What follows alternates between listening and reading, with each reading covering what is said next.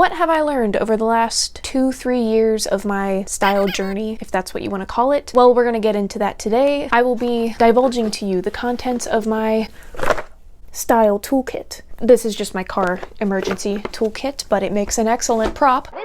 You are an outfit repeater. One of you guys requested that I talk a little bit more about my different style categories, body, ID types. I don't know what you would call them all collectively. So today we're gonna briefly go over, not briefly, let's be real, it's not gonna be brief, what my categories are within kibbe, Kitchener essences, color typing, and a few other ways of categorizing oneself. I genuinely don't know what to call them all collectively. So that's why I'm calling it my style toolkit. I think that's what Gabrielle Arruda calls it. Basically just some of the different methods of guiding your style decisions and what I've learned about those and how those have impacted my style and whether or not I use them. So there needs to be a big disclaimer before we really jump into this. I don't put a lot of stock in these different typing systems. I think they can be very useful. For the most part, I use them for figuring out what I most need to avoid and kind of just getting me in the right direction, but I don't treat them as diagnostic. I think if you take them too seriously, they can become very limiting and lose their helpfulness altogether. Don't let them get in the way of what intuitively feels good for you to wear. I just kind of use them as general guides and jumping off points rather than strict rules. Because honestly, at some point, it does start to just feel like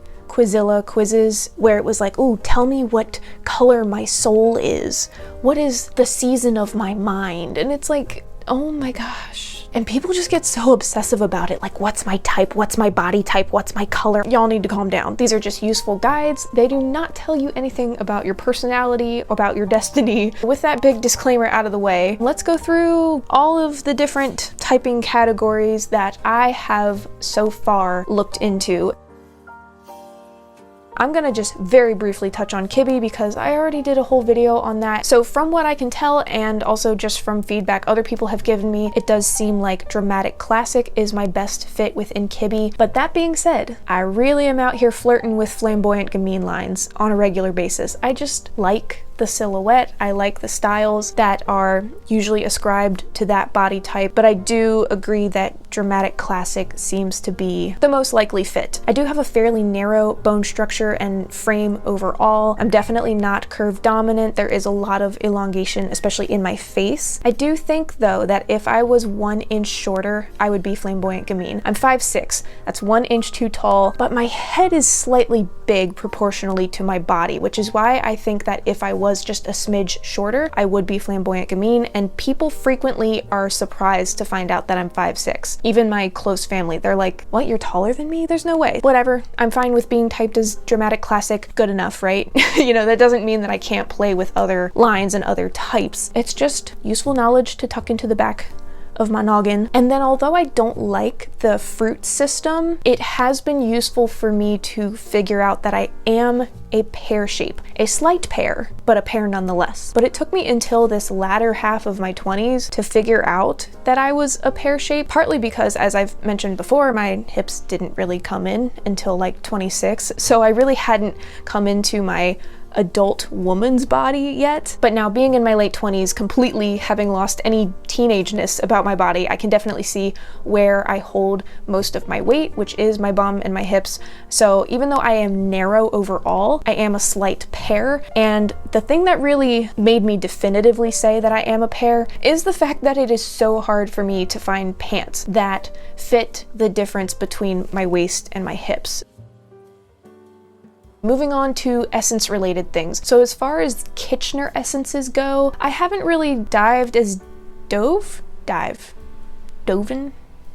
haven't dived as deeply into Kitchener essences as I did kibbe, mostly because I just don't care as much. But I think my top 3, if I were to narrow it down, would most likely be classic essence, followed by gamine and natural. So classic is pretty obvious to me, kind of piggybacking off of my kibbe type. Things that are balanced and symmetrical do generally suit me, but I don't think the classic essence is as dominant as I initially thought it was, because if I wear something that is like really symmetrical, like super duper in line with the classic essence, it just looks very stiff and restrictive on me. It looks unnatural. So that is why I actually think it might be in balance with gamine and natural. And having a gamine essence might be why I feel so strongly drawn toward kibbe flamboyant gamine styles. And then the third one that I think is in my mix is natural. Again, it's not something that I really explored too deeply, but looking at pictures of styles or people that have that essence blend with gamine and natural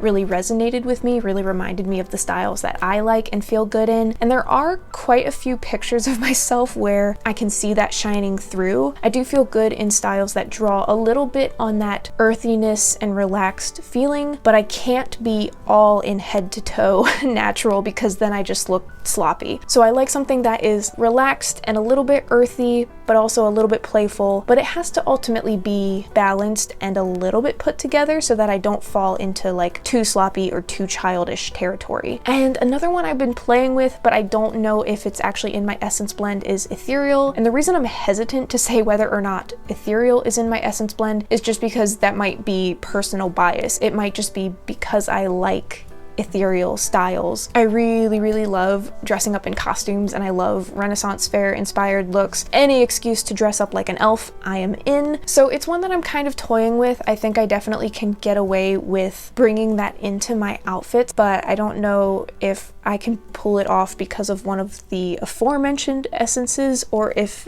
that's because it's actually in my essence blend. I do have one friend who constantly is telling me that I look like an elf, which I love, but again, I don't know. I don't want to say for sure. And then the other essence related typing system that I'll talk about is Style Thoughts by Rita. She has a quadrant system that I think is really cool. You should definitely check out her channel if you haven't already. She's been getting into something called Style Logic that I haven't really looked into that much yet, but within her quadrant system, I do think that I am left down. And the best way I can describe it, I'm being super reductive here, so definitely go check out her channel. Left is a little bit more wild, right is a little bit more polished, down is more approachable, up is a little bit more unapproachable. I prefer a style that is more approachable, but slightly more undone, a little bit more edgy, a little bit more wildness to it. Initially, I thought I was down right, but then when I watched her videos on the different quadrants and saw examples, I was like, oh, no, it's a little bit too put together, a little bit too restricting for what I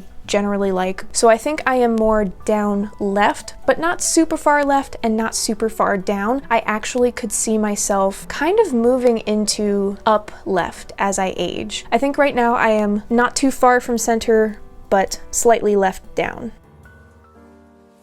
The only color typing thing that I have to talk about in this category is color season. This is one that I just really don't put that much stock in. I feel like hair color can change your color season. It shouldn't, but I think it does. I know people will fight me on that. Go off in the comments. Thanks for the engagement. Initially, I thought with 100% certainty that I was a soft autumn. Now I am torn between soft autumn and soft summer, which is kind of annoying and crazy because the first thing you're supposed to figure out is whether you're cool or warm, and I can't. I don't know, my veins are kind of green, maybe teal, some of them are purple. I like both silver and gold jewelry on me. I don't like silver toned clothing or makeup. I think that's why I primarily was leaning towards soft autumn, but recently when I did these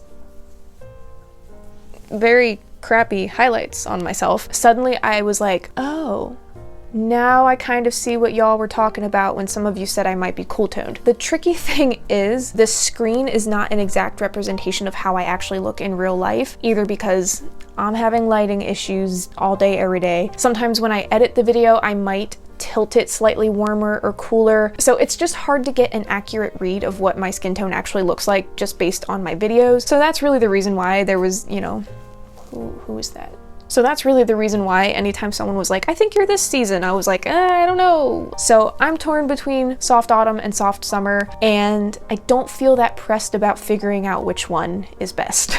I know, heresy, but that still gets me going in one direction because those two categories are right next to each other on the season wheel. They're right next to each other. They're sister seasons. Worst case scenario, if I'm wearing something from soft summer and that's not my type, it's still not gonna look that bad on me because it's right next to soft autumn. But I do know that like super vibrant, intense colors are generally best for me to avoid. I generally go with softer, muted colors. A super harsh black is not great on me, even though I love black. I have a couple items that are in this very deep black velvet. As much as I like them, they don't flatter me as much as another item in black that's more faded. So it still gets me in generally the same direction, whether I'm going with soft autumn or soft summer. And also, based on how I do my makeup, I can pull off one or the other. I did also purchase the book Color Your Style by David Zyla, and I was gonna start working through that. It got a little confusing and overwhelming, and it's packed right now, so I'll get around to that eventually. That one definitely does feel like a Quizilla quiz, but it intrigued me. It's a different color typing system, so I wanted to give that a try. I don't know, maybe I'll update you, maybe I won't. But that is another color typing system on my to-do list. General style aesthetics.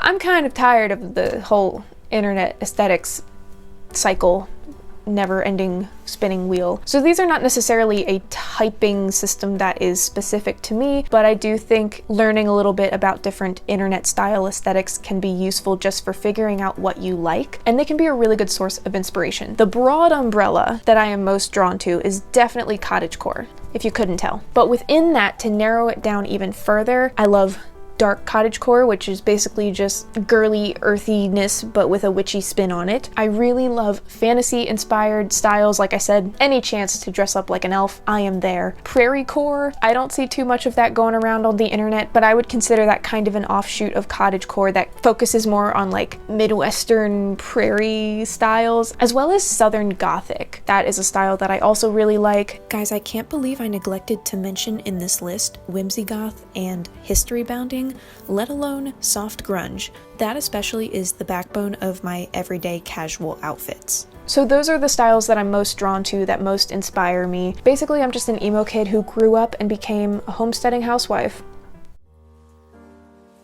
So with all of that taken in combination with, understanding my bone structure and colors and just the styles that I like and that speak to me, bringing that all together brings me back to those 3 core adjectives that I mentioned in a previous video. I believe the adjectives I used were dark, whimsical, and simple. I want to modify that slightly. I think dark, feminine, and simple is a better representation. I would say whimsical is kind of nested within feminine. Not that whimsical things have to be feminine, but if I'm going to express myself in a whimsical way, it usually is feminine. Does that make sense? So I am most drawn to styles that are a little bit darker and edgier, but I also want to feel feminine and girly and a little bit whimsical from time to time. But ultimately, I need styles and pieces that are simple without too much fussiness and are functional for my day-to-day life. And that latter point is something that I am definitely trying to work on right now. I realized through doing my capsule wardrobe that I have a lot of clothes for going places and looking more polished casual, but I don't have quite the amount of clothing that I think would be useful to have for just being around the house, for just working around at home. I feel like I'm lacking stuff that is cute, but also simple and functional for around the house. So that's kind of where I'm at with my style journey. I don't know why I'm so like, ugh, I don't want to call it a journey. That's stupid. It just feels very live, laugh, love to call everything a journey. I'm like, I didn't go anywhere. My style exploration. There's got to be a better term for it. But yeah, that's where I'm at with these things at the moment. And ultimately with these different typing categories, like I said, they're useful as a jumping off point, as a guide, but at the end of the day, if it is recommending to me things that I don't like, I'm gonna ignore the recommendations. They are just recommendations, and don't take it too seriously, because it's not that serious. As you can see, we still haven't moved. And I don't know when we will be. So I don't know what uploads are gonna look like for this summer. We'll see. I don't know. Leave a snail emoji down in the comments if you made it to the end of this video. And thank you guys for watching. I hope that this was like mildly entertaining or useful at bare minimum. I don't know. I don't know, guys. Thanks for being here. I'll see you next time. Bye.